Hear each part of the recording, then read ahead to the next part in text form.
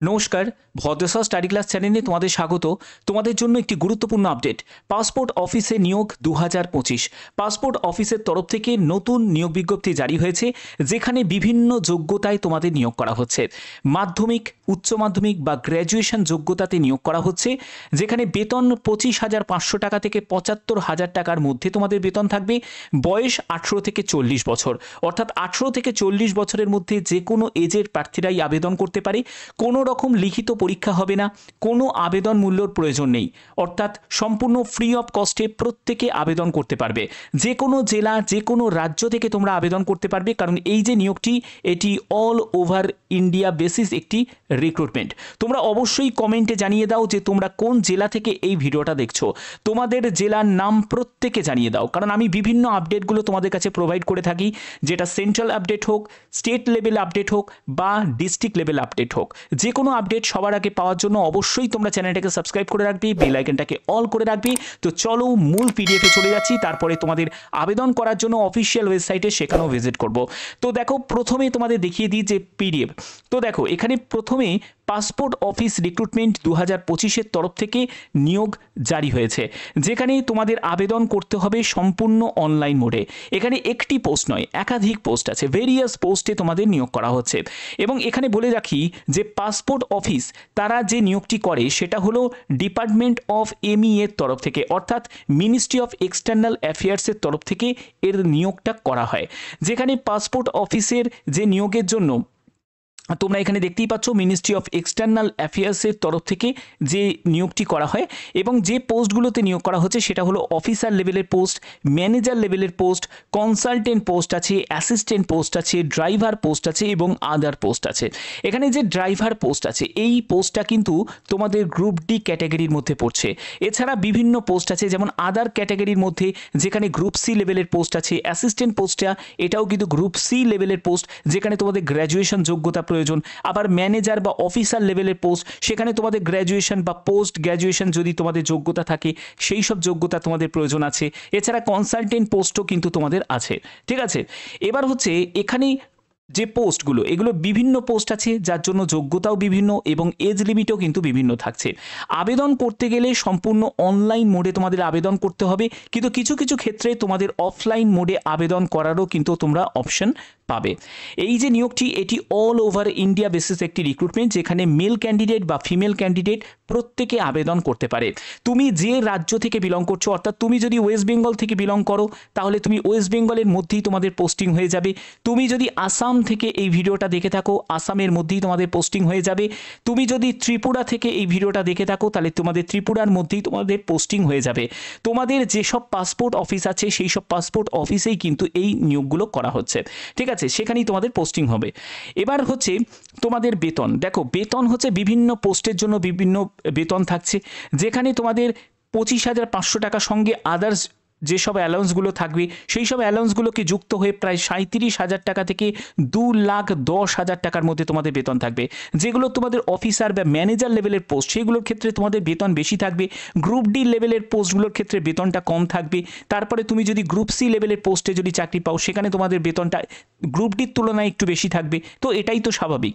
এবং এখানে age limit কি প্রয়োজন, দেখো, এজ হচ্ছে 18 থেকে 55 বছর। তবে আমি তোমাদের কেন বলছি 18 থেকে 40 বছর, এর কারণ হচ্ছে তোমাদের কিছু পোস্ট আছে যে পোস্টগুলোতে এক্সপিরিয়েন্সের প্রয়োজন আছে, আবার কিছু পোস্ট আছে যারা নন এক্সপিরিয়েন্স, যারা ফ্রেশার্স ক্যান্ডিডেট, তারা আবেদন করতে পারে। ঠিক আছে, এবং এখানে এজ রিল্যাক্সেশনও আছে, যেহেতু তোমাদের ওবিসি ক্যান্ডিডেট যারা আছে তাদের বয়সে 3 বছর, এসসি এসটি যারা ক্যান্ডিডেট তারা বয়সে 5 বছর রিল্যাক্সেশন পেয়ে যাবে। তো সেই অনুযায়ী তোমাদের আপার এজ লিমিটটা কিন্তু বৃদ্ধি পাবে। যারা ক্যাটাগরি থেকে বিলং করছে, অর্থাৎ যারা পিডাব্লিউবিডি ক্যাটাগরি থেকে, তারা যদি ইউআর প্রার্থী হয়ে থাকে, তারা 10 বছর রিল্যাক্সেশন পেয়ে যাবে। ঠিক আছে, তখন তাদের বয়স কত হয়ে যাবে, 18 থেকে 50 বছর, যারা পিডাব্লিউবিডি ক্যাটাগরি থেকে। তো পিডাব্লিউবিডি ক্যাটাগরি থেকে যারা ওবিসি ক্যান্ডিডেট, তারা 13 বছর রিল্যাক্সেশন পায়, অর্থাৎ তাদের ক্ষেত্রে বয়স হয়ে যাবে 18 থেকে 53 বছর। এবার পিডাব্লিউবিডি ক্যাটাগরি থেকে যারা এসসি এসটি ক্যান্ডিডেট, তারা 15 বছর রিল্যাক্সেশন পায়। তো সেক্ষেত্রে বয়স হয়ে যাবে 18 থেকে 55 বছর। ব্যাপারটা ক্লিয়ার করতে পারলাম? তো সেই অনুযায়ী বয়স তোমাদের 18 থেকে 55 বছর, কিন্তু জেনারেল প্রার্থী যদি হয়ে থাকো তাহলে 18 থেকে 40 বছরের মধ্যে তোমার বয়স হলে তোমরা আবেদন করতে পারবে, কিন্তু বিভিন্ন পোস্টের জন্য বিভিন্ন এজ লিমিট থাকবে। ঠিক আছে, আবেদন মূল্যের ব্যাপারটা বলে দিই। এখানে কোনো রকম আবেদন মূল্য লাগছে না, সম্পূর্ণ ফ্রি অফ কস্টে প্রত্যেকে এখানে আবেদন করতে পারবে। ঠিক আছে, ফ্রি অফ কস্টে প্রত্যেকে এখানে আবেদন করতে পারবে। এখানে আবেদন করতে হবে সম্পূর্ণ অনলাইন মোডে, এবং তোমাদের কিছু পোস্ট থাকবে যেখানে অফলাইনেও তোমরা আবেদন করতে পারবে। সিলেকশন প্রসেস কোনো রকম এক্সাম হবে না, ডাইরেক্ট সিলেকশন করা হবে। এবার ডাইরেক্ট কিভাবে সিলেকশন করা হবে সেটা হলো ইন্টারভিউয়ের ভিত্তিতে। ঠিক আছে, ইন্টারভিউয়ের ভিত্তিতে তোমাদের সিলেকশন করা হবে, যার জন্য তোমাদের একটি ভ্যালিড মেল আইডি প্রয়োজন, যেখানে তোমরা এই ইনফরমেশনটা পাবে যে কোন ডেটে তোমাদের ইন্টারভিউয়ের জন্য ডাকা হচ্ছে, বা তোমাদের যেটা মোবাইল নাম্বার সেটাও কিন্তু একটি অ্যাক্টিভ মোবাইল নাম্বার তোমাকে এন্টার করতে হবে। যখন তুমি অনলাইনে আবেদন করবে বা অফলাইনে যখন তুমি ফর্ম ফিল আপ করছো, সেখানেও কিন্তু ভ্যালিড যে মেল আইডি এবং মোবাইল নাম্বার তোমাকে লিখতে হবে। ঠিক আছে, যোগ্যতা হলো মাধ্যমিক থেকে শুরু করে উচ্চ মাধ্যমিক, গ্র্যাজুয়েশন, যে কোনো যোগ্যতার প্রার্থীরাই আবেদন করতে পারে। তবে পোস্ট অনুযায়ী সেটা ভ্যারি করছে, তুমি যে পোস্টে আবেদন করবে সেখানে যে যোগ্যতাটা রিকোয়ার্ড সেই যোগ্যতা অনুযায়ী তোমাকে আবেদন করতে হবে। আশা করি ব্যাপারটা ক্লিয়ার করতে পেরেছি। এবার যদি তোমরা জানতে চাও যে স্যার কোন পোস্টের জন্য কেমন যোগ্যতা প্রয়োজন, দেখো তুমি যদি অ্যাসিস্ট্যান্ট পোস্টের জন্য আবেদন করো সেখানে তোমাদের গ্র্যাজুয়েশন যোগ্যতা প্রয়োজন হবে। তুমি যদি গ্রুপ ডি লেভেলের পোস্টে আবেদন করো তোমাদের এখানে মাধ্যমিক পাস যোগ্যতা প্রয়োজন হবে। এছাড়া আরও অন্যান্য বিভিন্ন পোস্ট আছে সেখানে উচ্চ মাধ্যমিক পাস যোগ্যতা প্রয়োজন আছে, ক্লারিক্যাল লেভেলের পোস্টগুলো। কিন্তু তুমি যদি আপার লেভেল যেমন হচ্ছে ম্যানেজার পোস্টগুলোতে যদি আবেদন করো সেখানে কিন্তু তোমাদের গ্র্যাজুয়েশন যোগ্যতা সঙ্গে অভিজ্ঞতারও প্রয়োজন হতে পারে। ঠিক আছে, বা পোস্ট গ্র্যাজুয়েশন যোগ্যতারও প্রয়োজন হতে পারে। তো এখানে তোমাদের ইম্পর্টেন্ট ডকুমেন্টস কী কী ডকুমেন্টস তোমাদের নিড আছে, দেখো এখানে পাসপোর্ট সাইজের ছবি তোমাদের লাগবে। ঠিক আছে, যেটা তোমাদের প্রথম সেটা তুমি অনলাইন আবেদন করতে গেলে সেই পাসপোর্ট সাইজের ছবিটাকে স্ক্যান করতে হবে। ঠিক আছে, তো এবার তুমি যদি অফলাইনে আবেদন করো, কারণ দুটো মাধ্যমই থাকছে, তাহলে তোমাকে কি করতে হবে, এই ছবিটা নির্দিষ্ট জায়গায় অ্যাপ্লিকেশন ফর্মেতে তোমাকে পেস্ট করতে হবে। তারপরে তোমাকে সই করতে হচ্ছে। তোমার আধার কার্ড কিন্তু এখানে ম্যান্ডেটারি, আধার কার্ড থাকতেই হবে। ঠিক আছে, তারপরে হচ্ছে এডুকেশন সার্টিফিকেট, অর্থাৎ তুমি যদি 10th পাস যোগ্যতার কোনো পোস্টে আবেদন করো তাহলে তোমার মাধ্যমিক যোগ্যতা দেবে, তার সার্টিফিকেট, তার মার্কশিট দেবে। তারপরে তোমার যদি উচ্চ মাধ্যমিক যোগ্যতা থাকে তাহলে উচ্চ মাধ্যমিকে তোমার সার্টিফিকেট, মার্কশিট দেবে। তোমার যদি গ্র্যাজুয়েশন যোগ্যতা থাকে তাহলে তোমার গ্র্যাজুয়েশনের সার্টিফিকেট, মার্কশিট দেবে। এবার তুমি ধরো কোনো মাধ্যমিক বা উচ্চ মাধ্যমিক যোগ্যতার পোস্টে আবেদন করেছো, কিন্তু তোমার যোগ্যতা হচ্ছে গ্র্যাজুয়েশন, তাহলে কিন্তু গ্র্যাজুয়েশনের সার্টিফিকেট, মার্কশিটও তুমি সঙ্গে দিতে পারো, কোনো অসুবিধা নেই। এরপরে হচ্ছে কাস্ট সার্টিফিকেট, তুমি যে কাস্ট থেকে বিলং করছো, এসসি, এসটি, না ওবিসি, না ইডাব্লিউএস, না পিডাব্লিউবিডি ক্যাটাগরি থেকে, কোন ক্যাটাগরি থেকে তুমি বিলং করছো তার জন্য প্রয়োজনীয় সার্টিফিকেট সেটাও কিন্তু তোমাকে অ্যাটাচ করতে হবে। তারপরে হচ্ছে এজ প্রুফ, এজ প্রুফের জন্য হচ্ছে ডেট অফ বার্থের সার্টিফিকেট, অথবা তোমাদের 10th অ্যাডমিট কার্ড।